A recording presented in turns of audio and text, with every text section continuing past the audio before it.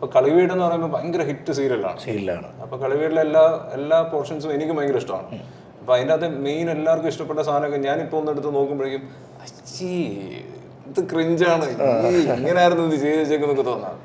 So basically നമ്മളെല്ലാം അങ്ങനെ തന്നെയാണെന്ന് തോന്നുന്നു. ഇപ്പം അജിനാണെങ്കിലും ഒരു ഇന്റർവ്യൂ എടുത്തിട്ട് തിരിച്ചു നോക്കുമ്പോഴേക്കും അയ്യോ ഇതിങ്ങനെ വേണ്ടായിരുന്നു എന്നുള്ള തോന്നൽ വരും, ഇങ്ങനെയും കൂടെ ചെയ്യാമായിരുന്നു ഒരു തോന്നൽ വരും. അങ്ങനെയാണ് അതിൻ്റെ ഒരു പോക്ക്. ശരിക്കും ഒരു സീരിയലിന്റെ വിജയം ഏറ്റവും കൂടുതൽ ഡയറക്ടറിന്റെ കയ്യിലായിരിക്കും, ഒരു ആക്ടറിന്റെ കയ്യിലായിരിക്കുമോ?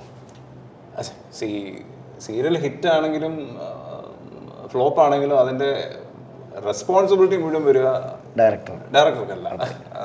സീരിയലിൽ അതിന്റെ ഫേസ് വാല്യൂ എന്ന് പറയുന്നത് ഞങ്ങൾ ഹീറോയിൻ അല്ലെങ്കിൽ അതിൻ്റെ അകത്തുള്ള ആർട്ടിസ്റ്റിനെ ബേസ് ചെയ്തിട്ടാണ്. കാരണം ഒരു സീരിയലിന് ഒരു സ്ഥിരമായിട്ടൊരു ഡയറക്ടർ ഒന്നുമില്ല. ഇത്ര എപ്പിസോഡ് ഒരാൾ, ഇത്ര എപ്പിസോഡ് എങ്ങനെയാണെന്ന് പറയാം. അതിൻ്റെ അകത്ത് പക്ഷേ ഇതിന്റെ ഒരു ഔട്ട്പുട്ട് നന്നാക്കാനായിട്ട് ഏറ്റവും നന്നാക്കാൻ പറ്റുന്നത് ഒരു ഡയറക്ടറാണ്. കാരണം ഇപ്പം ഞാനും ഹരിതയൊക്കെ ഇപ്പോൾ ഒരു 5-6 സീരിയലായി ഒരുമിച്ചല്ല, ടോട്ടലി എല്ലാവരും നോക്കുമ്പോഴേക്കും അപ്പം നമുക്ക് ഇതിന്റെ എല്ലാ കാര്യങ്ങളും അറിയാം. ഇത് ഇങ്ങനെയാണ് ഇങ്ങനെയാണ് ചെയ്യേണ്ടത്. അപ്പം നമുക്കൊരു പാറ്റേൺ ഓൾറെഡി വന്നിട്ടുണ്ട്. അപ്പം നമ്മളെന്തോ വലിയ സംഭവമാണെന്നുള്ളൊരു തോന്നൽ നമ്മുടെ ഉള്ളിൽ എവിടെയെങ്കിലും കാണുമായിരിക്കും അല്ലേ. അപ്പം നമ്മൾ ചെയ്യുന്നതാണ് ശരി എന്നുള്ളൊരു തോന്നലിനെ ഉടച്ചിട്ട് ഓക്കെ ഇത് ഇങ്ങനെ ചെയ്യൂ എന്ന് പറയുന്ന ഒരു ഡയറക്ടർ ആണെങ്കിൽ അതാണ് ഞങ്ങൾക്ക് ഇഷ്ടം. അതായത് ഞങ്ങൾ ചെയ്യുന്ന എല്ലാം ഓക്കെ വെക്കുന്ന ഒരു ഡയറക്ടറിനെ ഞങ്ങൾക്ക് കിട്ടിയിട്ട് കാര്യമില്ല. നമ്മുടെ തെറ്റുകൾ പറഞ്ഞു തരുമ്പോഴായിരിക്കും നമുക്ക് തെറ്റെന്നല്ല. ഇപ്പോൾ ഓരോ ക്യാരക്ടറിനും ഓരോ ലേയേഴ്സ് ഉണ്ട്. ആ ലേയേഴ്സിനെ കറക്റ്റായിട്ട് മോൾഡ് ചെയ്തെടുക്കുക എന്നുള്ളതാണ് ഒരു ഡയറക്ടറിന്റെ കഴിവെന്ന് പറയുന്നത്. ഓരോ സിറ്റുവേഷനും അയാൾ എങ്ങനെ ബിഹേവ് ചെയ്യണമെന്നുള്ളത്. ഇപ്പം നമുക്കൊരു ക്യാരക്ടർ ആർക്കുണ്ടാവും ഇങ്ങനെയാണ് ഇതിങ്ങനെ പോകേണ്ടതെന്നുള്ളത്. പക്ഷേ ഈ പർട്ടിക്കുലർ സീക്വൻസിൽ അയാൾ പൊങ്ങിയിരിക്കണതെന്നുള്ളതൊക്കെ പറഞ്ഞു തരേണ്ടത് ഒരു ഡയറക്ടറാണെന്നാണ് ഞാൻ വിശ്വസിക്കുന്നത്. അപ്പം ഡെഫിനറ്റ്ലി ഒരു ഡയറക്ടർ നല്ലതാണെങ്കിൽ ഈ പറഞ്ഞ പോലെ സീരിയൽ ഞങ്ങൾ മാക്സിമം ഔട്ട്പുട്ട് എന്തായാലും കൊടുക്കും. അപ്പം അദ്ദേഹത്തിന്റെ ഒരു ഫീഡ്ബാക്കും കാര്യങ്ങളൊക്കെ വരുമ്പോഴേക്കാണ് ഒരു സീരിയൽ നന്നാവുന്നത്. ബ്രോയിലേക്ക് ഏറ്റവും കൂടുതൽ ആളുകൾക്ക് ഇഷ്ടപ്പെടാനുള്ള കാരണം ലുക്കാണെങ്കിലും വോയിസ് ബേസ് ആണെങ്കിലും രണ്ടും അടിപൊളിയായിട്ട് കിട്ടിയിട്ടുണ്ട്. തോന്നിയിട്ടുണ്ടോ? ഇല്ല, എനിക്ക് വലിയ ലുക്കുള്ള ആളായിട്ടൊന്നും എനിക്ക് തോന്നിയിട്ടില്ല. തോന്നണം, ഇനിയെങ്കിലും തോന്നണം അത് കേട്ടോ. അഹങ്കാരമായി പോകും.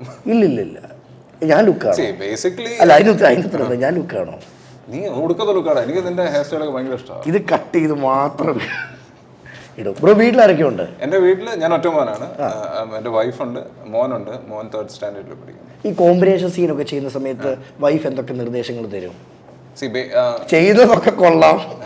ഇല്ല, അതിനൊരു കാരണമുണ്ട്. ഞാൻ എൻ്റെ ഫസ്റ്റ് സീരിയൽ ചെയ്യുന്ന സമയത്ത് എനിക്ക് ഭയങ്കര ഇൻഹിബിഷൻസ് ആയിരുന്നു.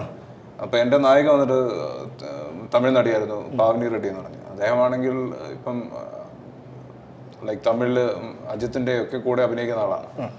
അപ്പോൾ അവള് ഭയങ്കര ഫ്രീ ആയിരുന്നു. അപ്പം ഞാൻ ആദ്യമായിട്ടാണ്. അപ്പോൾ ഇവള് വന്നിട്ട് എന്നോട് പറയുന്നു യു ബിഹേവ് ലൈക്ക് ദിസ്, എങ്ങനെയാണ് നോർമലി ബിഹേവ് ചെയ്യുന്നത്, അതുപോലെ ഡൂ ദാറ്റ് ഡൂ ദിസ് എന്ന് പറയും.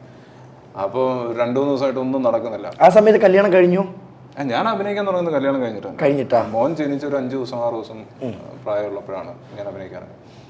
അപ്പോൾ ഇങ്ങനെ എനിക്കൊരു 2-3 ദിവസമൊക്കെ കഴിഞ്ഞപ്പോഴേക്കും എനിക്ക് ഇവിടുന്ന് എങ്ങനെ ഇറങ്ങി ഓടിപ്പോയാൽ മതി എന്നുള്ളൊരു അവസ്ഥയൊക്കെ. ഞാൻ വീട്ടിലിങ്ങനെ വിളിച്ചു കഴിഞ്ഞപ്പോഴേക്കും അവളും കുഞ്ഞും കൂടെ വന്നു, ലൊക്കേഷനിൽ വന്നു. അപ്പം തന്നെ എനിക്കൊരു റിലീഫായിരുന്നു. ഓക്കെ അവരുണ്ടെന്നല്ല, ഇപ്പം എന്തെങ്കിലും ഓടി പോകണമെന്നുണ്ടെങ്കിൽ വേറെ ഒന്നും നോക്കണ്ടല്ലോ. അവരെയും വിളിച്ചോണ്ട് കാര്യം പറയാം, ഇതാണ് ഇവിടുത്തെ കാര്യം, ഓക്കെ നടക്കുന്നില്ല, നമുക്ക് പറ്റിയ പണിയല്ല എന്ന് പറഞ്ഞിട്ട് പോകാമല്ലോ. അപ്പോൾ അവിടെ വന്നു കഴിഞ്ഞപ്പോഴേക്കും ഈ പറഞ്ഞാൽ കോമ്പിനേഷൻ സീക്വൻസ് ആണ് ഈ നായകനും നായികയും തമ്മിലുള്ള. ആദ്യത്തെ കോമ്പിനേഷൻ എന്തുവായിരുന്നു? അതായിരുന്നു ഞങ്ങളുടെ ഒരു എൻഗേജ്മെന്റ് സീക്വൻസ് ആയിരുന്നു. ഈ നീലക്കുയിൽ ഒരു എൻഗേജ്മെന്റ് സീക്വൻസ് എടുത്തുകൊണ്ടിരിക്കുന്ന സമയമായിരുന്നു.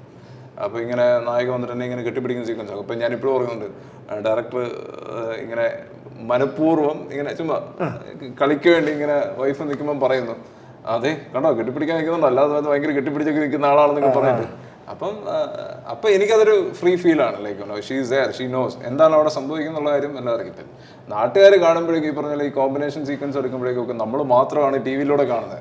ഇതൊരു 10-70 ആൾക്കാരുടെ മുമ്പിലാണ് ഈ പറഞ്ഞ പോലെ റൊമാൻസും ഈ ഇതെല്ലാം കാണിക്കുന്നത്. ഇത് ഭയങ്കര ബുദ്ധിമുട്ടുള്ള ഒരു കാര്യമാണ്. ശരിക്കും ആളുകളില്ലെങ്കിൽ നമുക്ക് ചെയ്യാൻ എളുപ്പമാണ്. ഈ ആളുള്ളപ്പം ചെയ്യുമ്പോൾ ഒരു ബുദ്ധിമുട്ട് തോന്നുമോ? ഞങ്ങൾക്ക് ആളില്ലെങ്കിലാണ് പ്രശ്നമില്ല. പക്ഷെ എനിക്കതല്ല, നിനക്ക് ഒരു ഫസ്റ്റ് നൈറ്റ്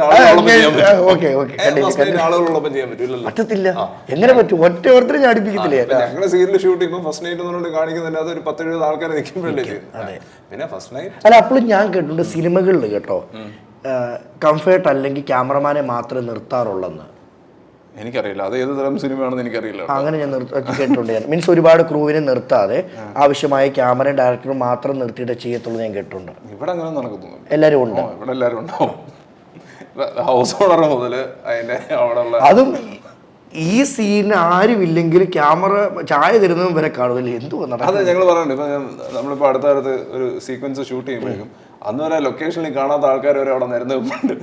ഞാൻ ചോദിക്കാറുണ്ട്, എനിക്കൊന്നും ഒരു പണിയില്ലായിരുന്നല്ലോ, ഇപ്പൊ എന്തിനാ വന്നത്? നിതിൻ എന്ന നടന് നീലക്കുയിൽ എന്ന സീരിയലിൽ വന്ന മാറ്റങ്ങൾ എന്തൊക്കെയാണ്? അല്ലെ വളർച്ചയിലാണെങ്കിലും ഗ്രാഫിലാണെങ്കിലും? നീലക്കുയിലാണ് എനിക്ക് എല്ലാ മാറ്റങ്ങളും ഉണ്ടാക്കി തന്നത്. കാരണം നമ്മളെല്ലാവരും സിനിമ, സീരിയൽ അല്ലെ സിനിമയിൽ അഭിനയിക്കണം എന്നൊക്കെ വിചാരിക്കുന്ന ഒരു കാര്യമാണ്. നമ്മളിപ്പം കണ്ടിരിക്കുമ്പോൾ എല്ലായിടത്തും ആൾക്കാർ പൊതിയുന്നു, പറഞ്ഞാൽ 10 പേർക്ക് ഫോട്ടോ എടുക്കണം, അങ്ങനെയുള്ള കാര്യമാണ്. അപ്പം ഫെയിം എന്ന് പറഞ്ഞൊരു സാധനമുണ്ട് അല്ലേ. അപ്പോൾ അത് ഏഷ്യാനെറ്റ് പോലൊരു പ്ലാറ്റ്ഫോമിൽ ഇരുന്നിട്ട് നമ്മൾ നീലക്കൂലി ചെയ്യുന്ന സമയത്ത്, നീലക്കൂലി ആ സമയത്ത് ഏറ്റവും വലിയ ഹിറ്റാണ്. 20-22 ആയിരുന്നു റേറ്റിംഗ് വന്നിട്ട്. ഇപ്പം എനിക്ക് തോന്നുന്നു അത്രയൊന്നും ഇല്ല റേറ്റിംഗ്. ഇപ്പോൾ മാക്സിമം ഒരു 15-16 ഒക്കെയാണ് ഏറ്റവും കൂടുതൽ വരുന്ന റേറ്റിംഗ്. അപ്പോൾ ആ സമയത്ത് അത്രയും റേറ്റിംഗ് എന്ന് പറയുമ്പോൾ അത്രയും ആളുകളാണ് ഇത് കാണുന്നത്.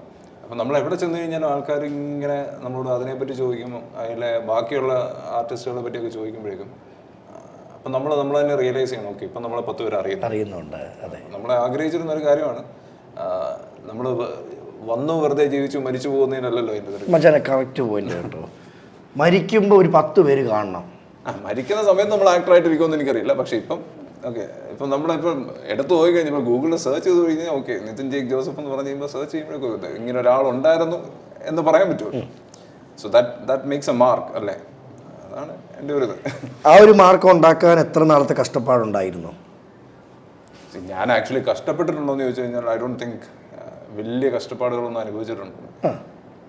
ഈ പറഞ്ഞ സിനിമയ്ക്ക് വേണ്ടി ഞാൻ കുറേ ട്രൈ ചെയ്തിരുന്നു, കുറേ കഷ്ടപ്പെട്ടിരുന്നു, കുറേ ഡിസപ്പോയിൻമെന്റ്സ് ഒക്കെ ഉണ്ടായിരുന്നു. കാരണം ഇപ്പം നാളെ ഒരു സിനിമ നടക്കുന്നു എന്ന് പറയുന്നിടത്ത് അതിൻ്റെ തലേദിവസം വിളിച്ച് പറഞ്ഞില്ല വേറെ ആൾ ചെയ്യുന്നു എന്ന് പറയാൻ വിളിച്ചു കേട്ടിട്ടുണ്ട്. തീർച്ചയായിട്ടും.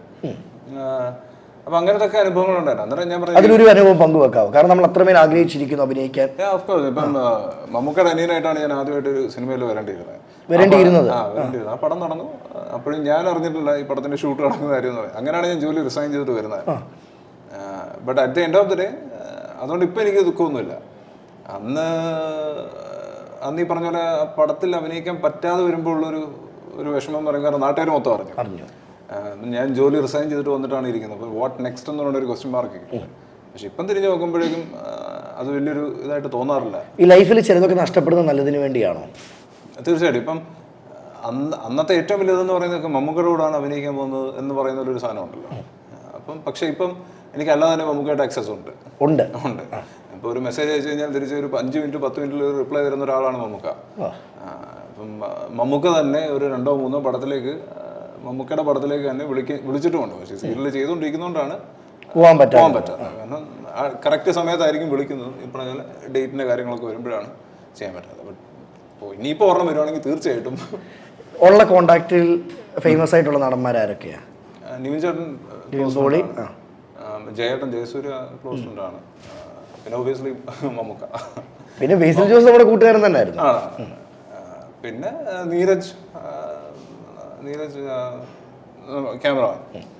അല്ലാതെ ആക്ടേഴ്സ് എനിക്ക് അങ്ങനെ വലിയ പരിചയമൊന്നുമില്ല. ആസിക്ക തന്നെ മതിയല്ലോ, ഇതിനപ്പുറം എന്തുവാ ഈ പറയുക. ആസിക്ക ഇസ് എ ക്ലോസ് ഫ്രണ്ട്, വേറെ ഒന്നല്ല. അദ്ദേഹത്തിന്റെ കൂടെയാണ് ഞാൻ ഫസ്റ്റ് ഷോട്ട് അഭിനയിക്കുന്നത്. അപ്പോൾ അന്ന് മുതലുള്ള ഒരു സൗഹൃദം ഇപ്പോഴും നിലനിർത്തി പോകുന്നുണ്ട്.